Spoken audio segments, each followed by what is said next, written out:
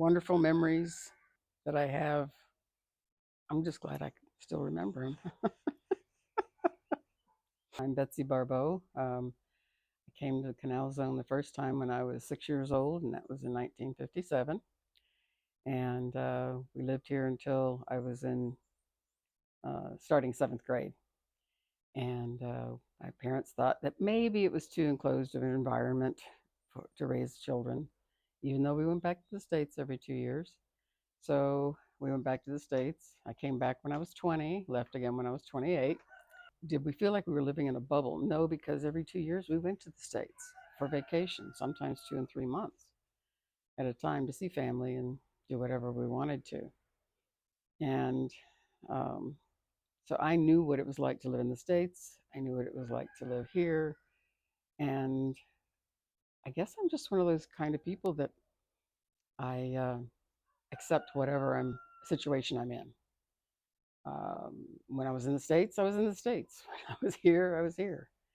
What were some of my fondest memories? And I have to say, the Christmas tree burn. They were usually dry by the time we got them because it took up to a week to come on the ship. And so they were dried out. They weren't kept in water, the Christmas trees. So right after Christmas, somewhere in each town, we had a huge Christmas tree burn. The kids were um, roasting marshmallows, and it was just kind of fun. Some of the other things are when the street lights came on, it was time to go home. You were in trouble. Another thing that, and this is a sign of the times, I think, because it was the same in the States when we visit. If a parent or an adult of any kind, whether they were related to you or not, told you to do something or not, you did it or you stopped doing it. And that is something that was so refreshing to think back on. It's like, it's so different. And well, times have changed. We used to take, we had metal garbage cans that we would take the lids and put our hand, there was a handle on it. We'd put our arms through it, and that was our shield. And we'd throw rocks at each other. And somebody would go out in the jungle and cut down a fan palm and cut the top off, and we'd use those as spears at each other. Things like that. You don't see that kind of stuff happening anymore because it might hurt somebody. Something else that we did not have in the States and could not have in the States probably back then was the pets that we had: marmoset monkeys, boa constrictors, iguanas. And so those are some of my fondest memories. Now, how did I come back to Panama and to Volcan in particular? In 2008, my husband, he was traveled a lot, and if he was going through somewhere, I knew people from the Canal Zone I'd grown up with. We kept in touch. They'd put him up, and he says, "Everybody's so gracious. I want to go and see where you grew up. I want to go and see what made these people like this." And so we came, and on day 12, we were on our way back to the airport. And he said, "I don't want to go home. I've never been this relaxed in my life. And when we retire, this is where we're coming." And coming to Volcan itself, in part, was because my best friend since we were 10 years old lives in Paso Ancho, right up the street, right up the road. I feel more at home here. I haven't been in the States in 8.5 years. And the things that I hear about from people who've just been and come back, or I see on the news, frankly, it scares me. I don't think I'd want to go back. This is my home. My husband passed away here. He was so happy the whole time, until he passed, and so relaxed, something he was never in the States. How did growing up in the Canal Zone influence my life here in Volcan? It didn't. Yeah, it did. If you smile, at least try to speak Spanish. They'll bend over backwards to help you. They are gracious. What they call the third agers, us elderly, they honor us. We are special. And you don't see that in the States. I I've walked indoors in grocery stores or whatever in the States and have somebody just let the door slam in your face, even if I walk with a walker or whatever. They don't care there. And here they do. And family's very important here. What was a normal day like in the Canal Zone? I was in elementary school, so it was school. After school was swim team practice, and just repeat during the week. The summers were phenomenal. You were too busy to get in trouble. You had 8 o'clock was maybe archery, and then 9 o'clock was bowling, and then you have swimming, basketball, all sorts of activities at the school, in the school grounds. And we did not have time to get in trouble. And I almost would like to see that happen here in Volcan. If there was just a way to keep the kids busy and stuff and teach them some things too. Wonderful memories um, that I have. I'm just glad I can still remember them.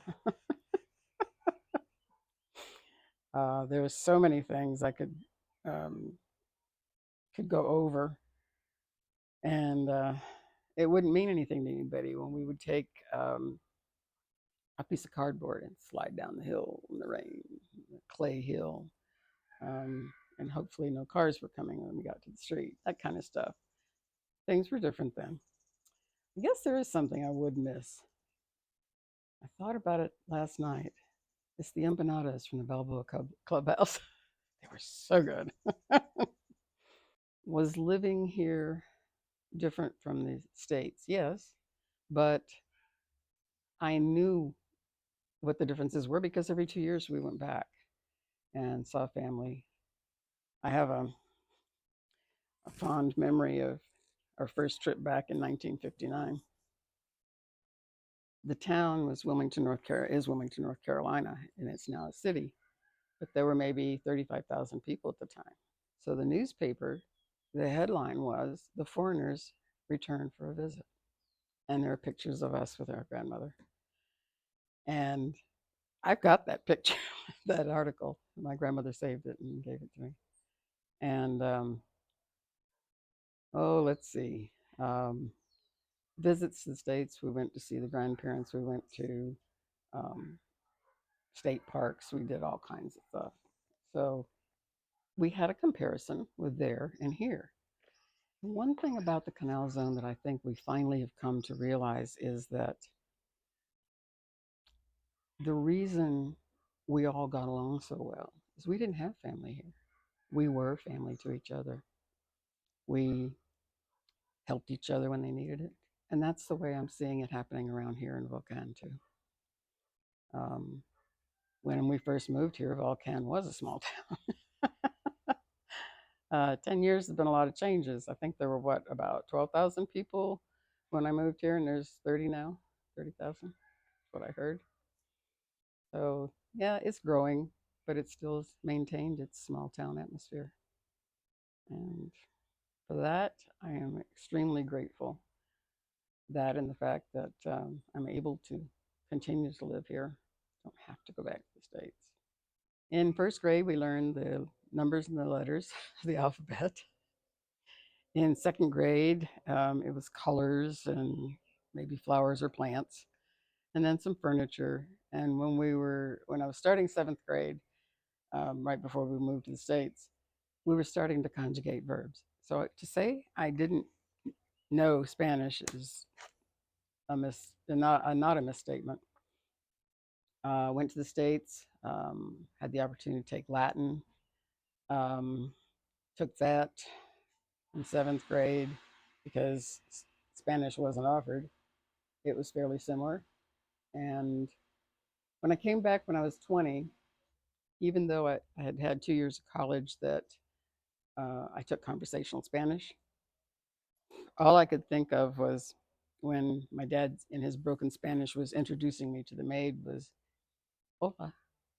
I couldn't think of any of the common courtesy statements. And what is that? That's the oven. What is that? It's a lamp. I had forgotten a lot of those words. but the maids helped us learn and speak correctly. Um, they were like our family in a lot of ways. I can remember one trip we took to the beach. Our maid lived in Gorgona, and so we took her with us, dropped her off instead of taking the bus because they work during the week and then go home on weekends. And we got there, and her mother so graciously invited us all in for a meal. Now, this is a little shack that would fit inside my living room here, dirt floors and all of that, but they will give you anything. People are so wonderful here. And it gives me goosebumps just thinking about that because the contrast between how we lived and how they lived. And they're always so happy. Since I've come here to Volcan, my Spanish has really picked up. Um, I am called on a lot to translate, and I'm proud that a doctor in David asked me where in Panama I was from, that my Spanish was that good. And I said, well, not really from Panama, but um, it's a compliment that you cannot put a price on. The fact that they think you're from here. A lot of people don't know that there's medical and dental tourism that comes to Panama. We have wonderful medical care here. My husband was taken care of so well. His heart was failing, and there's nothing they could do about it. So we were able to keep him in the home, afford to have someone come and help take care of him.